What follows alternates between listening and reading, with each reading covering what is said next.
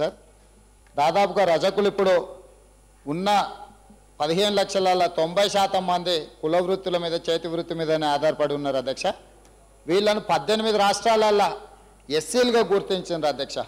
మన రాష్ట్రంలోనే వాళ్ళని బీసీ కేటగిరీలో పెట్టినరు. వాళ్ళను తక్షణమే ఎస్సీ కేటగిరీకి మార్చాల్సిన అవసరం ఉన్నది. శాసనసభ రాష్ట్ర ముఖ్యమంత్రి వారు దీనికి సంబంధించిన నిర్ణయం తీసుకోవాలి.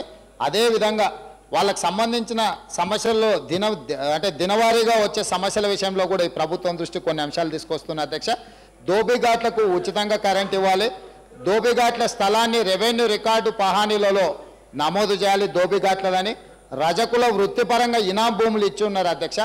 అట్టి భూములను వారి పేర్లపై పట్టా పాస్ పుస్తకాలు పహానీలలో కూడా పొందుపరచాలి అధ్యక్ష.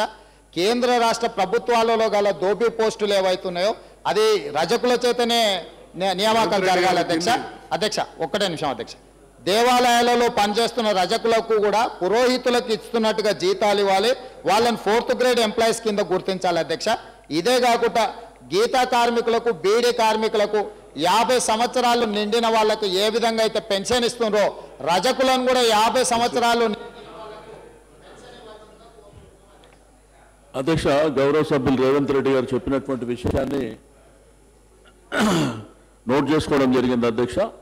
తప్పకుండా సంబంధిత రామలింగారెడ్డి గారు